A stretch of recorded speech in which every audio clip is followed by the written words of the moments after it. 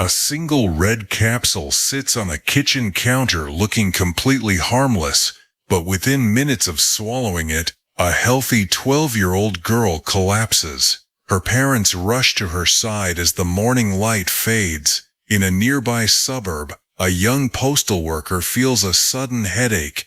He reaches for the exact same brand of painkiller. Within hours, he too is dead, leaving doctors entirely baffled. His grieving brother and sister-in-law gather at his home to mourn. Overwhelmed by grief, they both take capsules from the same bottle. Before the day ends, both of them collapse on the living room floor. A quiet autumn morning in Chicago turns into a waking nightmare. Emergency room doors swing open repeatedly as sirens wail through the streets. First responders struggle to find a link between the sudden deaths. The victims have different ages, different backgrounds, and lived miles apart, yet they all shared one terrifying final symptom. Their bodies simply forgot how to process oxygen. An invisible killer is hiding inside America's most trusted medicine cabinet. Two local firefighters trace the footsteps of the fallen victims. They notice a recurring item on the kitchen counters. It is a familiar red and white plastic bottle. Every single victim had taken extra-strength acetaminophen capsules. The investigators carefully bag the evidence from the scene. They deliver the bottles to a sterile laboratory for testing. A toxicologist unscrews the cap of a suspect bottle. An unusual scent of bitter almonds wafts through the air. The scientist immediately recognizes the signature smell of death. It is potassium cyanide, a highly lethal chemical agent. Just a tiny fraction of a grain can stop a human heart. The capsules are packed with thousands of times the lethal dose. This was not a manufacturing mistake or a chemical spill. Someone had deliberately opened the capsules to insert the poison. They had carefully put them back together and returned them. The deadly bottles were placed back onto store shelves. Unsuspecting customers bought them, thinking they were buying relief. Instead, they were purchasing a ticket to their own funeral. The realization sends a cold shiver through the investigation team. A mass murderer is loose, using retail stores as a weapon. The poisonings are completely random, targeting innocent strangers. Any household in the city could be the next target. The public must be warned before another bottle is opened. Police cruisers roll through neighborhoods, blaring warnings on loudspeakers. Residents are told to throw away their pain medication immediately. Inside the county morgue, medical examiners work under harsh lights. They analyze the blood samples of the deceased victims. The results confirm the rapid destruction of cellular respiration. Cyanide blocks the cells from using the oxygen in the blood. The victims essentially suffocated from the inside out. The toxicologist peers through a high-powered microscope. He observes the crystalline structure of the recovered poison. The crystals do not match standard pharmaceutical ingredients. They are coarse, grayish, and highly industrial. This suggests the killer obtained the cyanide from a factory. The investigation shifts to chemical supply warehouses. Detectives review logs of recent cyanide purchases, but the chemical is widely used in gold plating and mining. Tracking every single ounce of it proves nearly impossible. Meanwhile, the lead investigator maps out the purchase locations. Each deadly bottle was bought at a different drugstore. The stores form a loose circle around the Chicago area. This indicates the killer was mobile and highly methodical. They targeted busy pharmacies to avoid being noticed. A shadow figure sliding a box onto a shelf. No security cameras existed in retail stores back then. The killer left behind no physical clues or fingerprints. Only the trace scent of almonds remained in the plastic. The medical team warns that more contaminated bottles may exist. A race against time begins to locate every suspect box. The news spreads across the country like wildfire.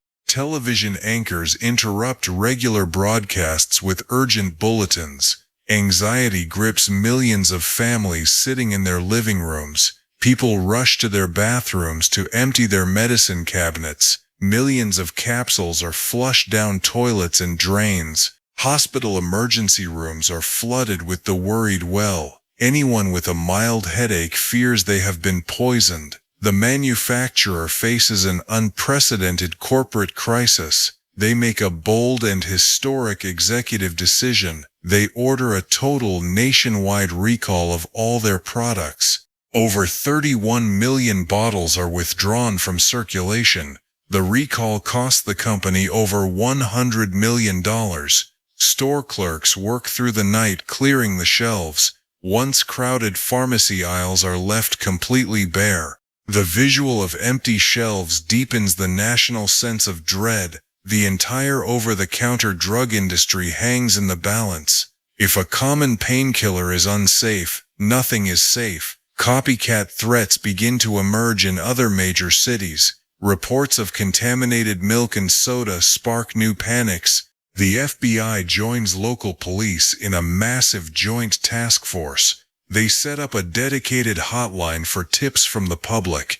Thousands of calls pour in, mostly dead ends and rumors. The nation watches and waits, paralyzed by fear. Every headache becomes a moment of sheer terror. The search for the faceless killer intensifies. Investigators sift through a mountain of forensic evidence. They focus on a disgruntled former employee of the pharmacy. The man had a history of anger and access to chemicals, but his alibi holds up under intense interrogation.